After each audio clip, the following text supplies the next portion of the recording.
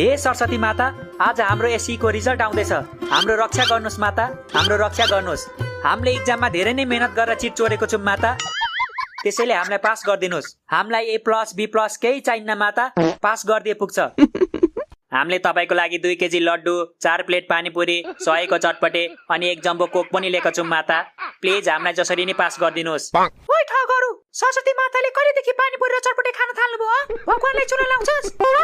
त मोटी चुप लागेर बस है, धेरै नबोल। सधैँभरि लड्डु र फलफुल मात्र खाएर भगवानलाई दिक्क लाग्दैन?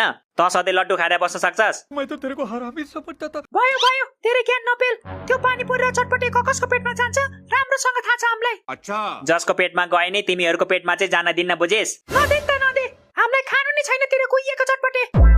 त्यस्तो नभन्न यार, भोक लागिरहेछ के मलाई। मलाई चाहिँ कति भोक लाग्छ हौ? अघि 1 घण्टा अगाडि खाएको होइन 2 प्लेट मोमो? त्यही त भन्दैछु नि, मोमो खाएको 1 घण्टा भइसक्यो।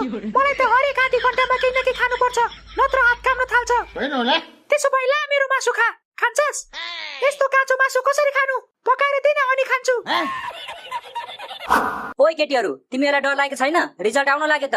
यो पढन्दासहरूलाई के को डर? यिनीहरूले त सपनामा पनि पढेकै देख्छ होला। कोत्तेरो बाउले भन्छ डर त हामीलाई पो छ त। ओइ मोटी सुन्न, तेरो A+ आयो भने अलिकति तेरो जीपीए मलाई सापटिदेन ल। ये क्या बक रहे हो मादरचोद? म 11 क्लासमा फिर्ता गर्छु, मम्मी कसम। अबे साले